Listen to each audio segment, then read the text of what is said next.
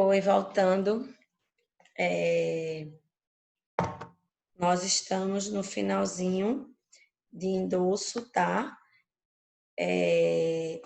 O endosso, a gente viu quem é a figura do endosso, a gente viu o conceito, que endosso é a maneira através do qual são transferidos, né, os títulos nominais, os títulos de créditos nominais à ordem, né? A gente já viu isso.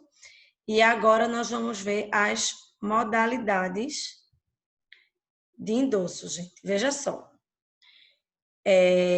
Esse endosso, ele pode ser em branco, que é o endosso no qual é identificado, é devidamente identificado o beneficiário, o endossatário, tá?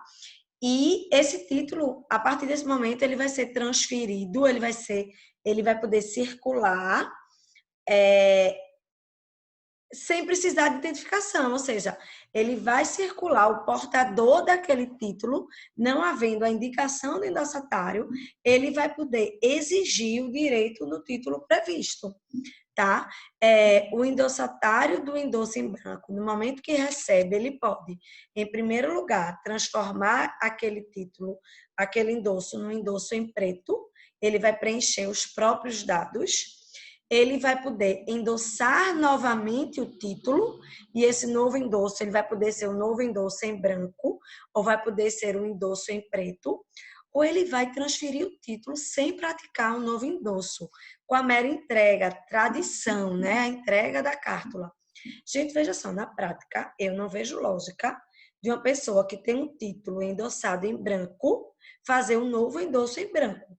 Ou seja, na prática, ou ele vai endossar novamente, dessa vez vai endossar em preto, ou ele vai simplesmente efetuar a entrega, a tradução do título. Gente, o endosso em preto, diferentemente, é aquele endosso onde está identificada a pessoa endossatária, a pessoa que vai receber aquele título. Aquele título endossado em preto, ele somente pode ser transferido através de um novo endosso. Esse novo endosso também, da mesma maneira, ele tanto pode ser em branco, quanto ele pode ser em preto. Um endossatário, minha gente, atenção, ao fazer o endosso, o novo endosso, ele vai se assumir como co-obrigado. Ele vai ser responsável por aquela dívida. Tá legal? Esse endosso, gente, ele também pode ser um endosso impróprio. Esse endosso impróprio, ele vai ser de duas maneiras. Um endosso mandato ou um endosso calção. Um endosso mandato é um endosso que confere poderes especiais e específicos ao endossatário. O exemplo típico de um endosso mandato é as instituições bancárias, certas instituições bancárias, elas em muitas operações, elas recebem endosso mandato dos seus correntistas e passam a atuar em nome daquele correntista. O STJ, inclusive, ele entende que o endossatário, o banco, a instituição financeira, em uma relação de endosso mandato, ela somente vai responder por algum prejuízo que cause, se ela tinha inegável conhecimento do dano que poderia causar.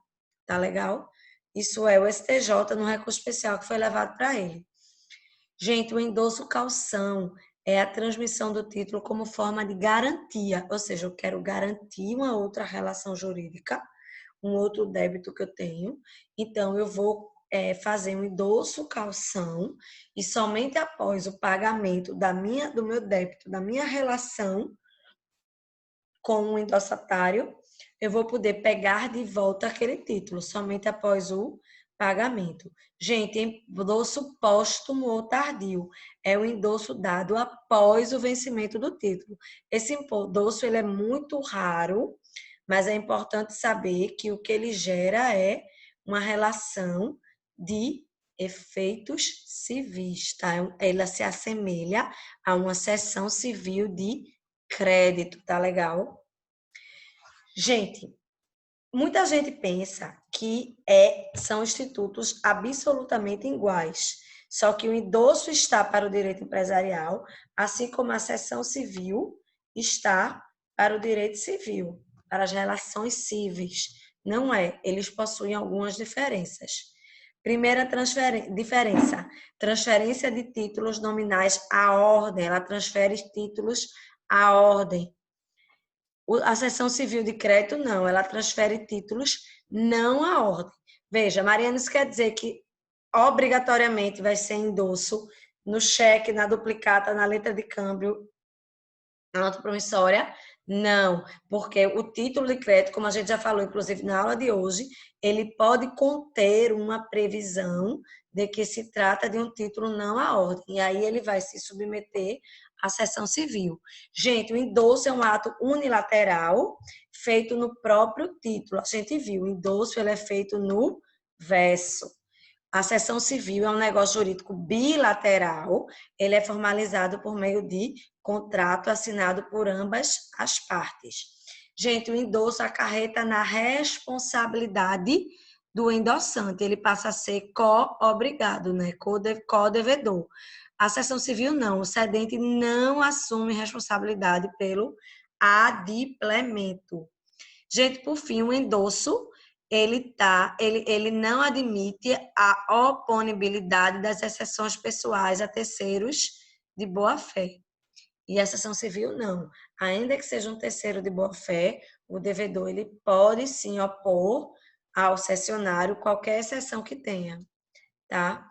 Gente, a última figura que nós vamos, a penúltima, na verdade, que nós vamos ver hoje é o aval. O aval é o ato cambiário pelo qual um terceiro, um avalista, ele se responsabiliza pelo pagamento da obrigação. Em regra, o aval ele vai ser dado no anverso, ou seja, na frente, no rosto do título. Se for dado no rosto do título, assim como no protesto, no verso, basta a mera assinatura do avalista. Se ele for dado no verso, além da assinatura, precisa ter a menção expressa de que se trata de um aval. Gente, esse aval ele pode ser de duas maneiras: um aval em branco, que não vai identificar o avalizado, e o aval em preto, que vai identificar expressamente o avalizado. Gente, pode haver um aval simultâneo, ou seja, duas pessoas conjuntamente, elas se reúnem para garantir uma mesma obrigação. Elas são solidárias entre si. Os dois avalistas conjuntos, eles são solidários entre si. Uma observação aqui. Eles são solidários, então eles podem ser cobrados pelo todo e, por óbvio, eles podem pagar o todo. Mas, atenção, eles só vão cobrar do devedor original, eles só podem cobrar a sua parte. Ou seja, se foram dois co-obrigados, dois avalistas conjuntamente, ele vai poder cobrar apenas metade do que ele pagou. Ele pode cobrar, sim, o outro avalista, mas o devedor principal somente pode cobrar a metade. O aval suscessivo, diferentemente, ele é o aval do aval, ou seja, um avalista, ele vai ter um aval sobre a sua obrigação. Gente, o aval, a mesma coisa que a gente falou da seção civil. O aval tem uma figura semelhante no direito civil, que é a fiança. O aval é uma garantia cambial, a fiança é uma garantia civil. O aval, ele é uma obrigação autônoma em relação à dívida assumida pelo avalizado. A fiança, ela é uma obrigação acessória. Gente, o aval não admite benefício de ordem. O avalista e o sacador, que emitiu o título, eles são obrigados conjuntamente. A fiança não, você primeiro avaliza o devedor principal e na ausência do pagamento é que você executa o fiador, tá? Por fim, o aval é feito no próprio título, a gente já falou, e a fiança, ela pode ser ofertada, realizada em um instrumento à parte, um instrumento separado. Gente, protesto. Protesto é um ato formal pelo qual se atesta um fato relevante, um fato importante para a relação cambial. Gente, a fiança, diferentemente do que a gente fala muito, né? A fiança ela não é apenas é, a apresentação de um título que não foi pago. A fiança ela também pode aparecer em duas outras oportunidades, que são elas a falta de aceite de um título, que a gente já falou, que o aceite é o ato de aceitação do sacado da sua obrigação perante aquela dívida, né? Naquela relação. É a parte que lhe cabe do latifúndio. E ele também pode acontecer quando não houver a devolução de um título, tá? O protesto ele tem uma lei própria, a lei de protesto, a lei 9492/97. Vocês podem dar uma lidinha nessa lei, mas o mais importante é vocês verificarem esses conceitos que eu estou trazendo aqui e dar um reforço na doutrina. Mas se quiserem na lei, é uma lei curta, enxuta, vale a pena dar uma olhada. Gente, a lei do protesto, ela traz um conceito de protesto, tá? Ela diz que protesto é o ato formal e solene pelo qual se prova a inadimplência ou o descumprimento de obrigação originada em títulos e outros documentos de dívida.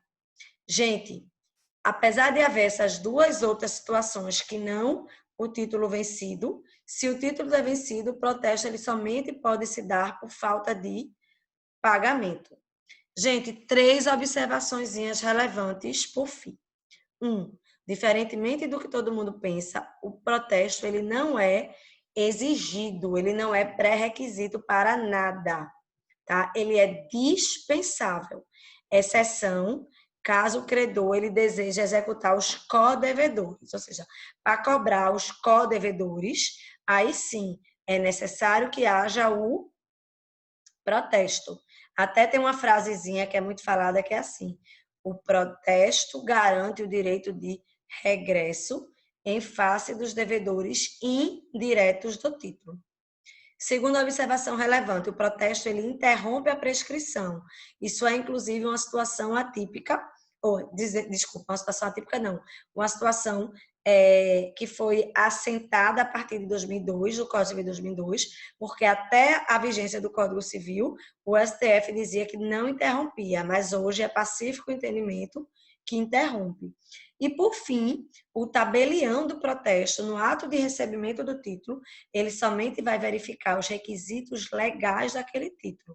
Ele não vai fazer um exame, por exemplo, de prescrição, de decadência, de falsidade do título, ele não vai fazer isso. O que o tabelião vai fazer é o exame dos requisitos formais. Amém, gente? Então, a gente termina a aula de hoje, certo? Próxima aula, entramos já ao vivo para tirar todas as dúvidas que tiver em relação a esse assunto. Um beijo e bons estudos.